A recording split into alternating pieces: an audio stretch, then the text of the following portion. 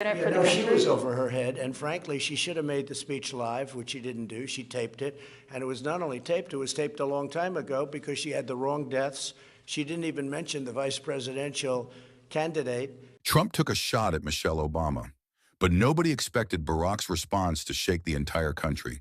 No one expected the moment to explode the way it did. A routine press briefing turned into a national shockwave the instant President Trump stepped off script and took a personal shot at Michelle Obama. I always tried to be so nice and respectful. Oh, she opened up a little bit of a box. She opened up a little bit of something. Oh, she was nasty. Ooh.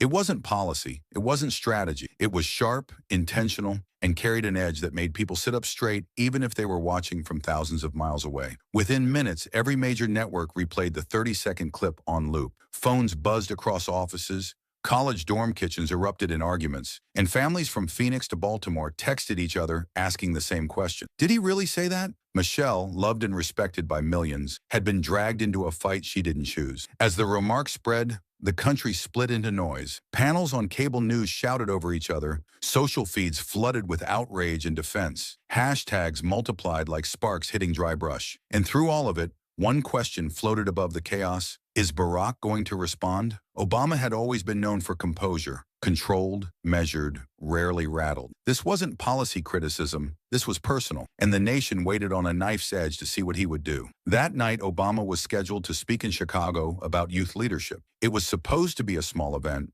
until reporters, cameras, and crowds turned it into the epicenter of national attention. People waited in long lines outside the venue, unsure whether he would address the remark at all, but unwilling to miss the moment if he did. Inside, the tension was thick. Teenagers whispered predictions, community leaders folded their arms, reporters sharpened their focus. Backstage, Obama moved calmly, greeting young participants, reviewing notes, carrying the same quiet steadiness that always seemed to ground the room around him. When he stepped on stage, the applause was warm but hopeful. He started with his planned remarks about mentorship and responsibility. If you project an attitude of whatever it is that's needed, I can handle it and I can do it, whoever's running that organization will notice, I promise. And which is why I think with young people, you don't always need to be so impatient.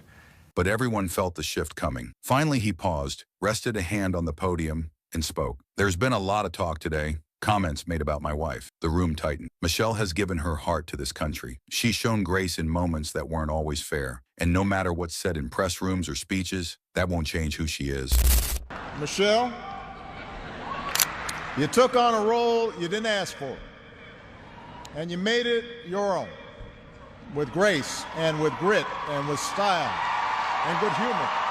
His voice didn't rise. He didn't strike back. He simply told the truth. Leadership isn't volume, he said. It isn't the ability to throw the sharpest jab. When we tear each other down from positions of power, we're not showing strength, we're showing insecurity. The line landed like a quiet thunderclap. Reporters froze. Students leaned forward. Even viewers at home felt the shift. Obama wasn't fighting, he was teaching. He turned to the young people in the room. You'll face moments where people try to pull you into anger. You can respond how they expect, or you can respond like you're built for more. Strength isn't volume, it's vision. The applause that followed wasn't loud, it was meaningful. He hadn't defended Michelle with aggression, he had elevated her and himself. By the time Obama left the stage, the narrative had flipped. News outlets cut into programming to replay the clip. Analysts dissected every line, pointing out how he had answered Trump without ever lowering himself to the level of the insult. Social media erupted again, but this time with admiration for restraint rather than hunger for drama. TikTok edits framed his speech as a lesson in control. Grandparents shared posts about decency. Teachers used the clip in classroom. In barbershops, diners, and backseats of Ubers, people said the same thing in different ways. He made the insult feel small.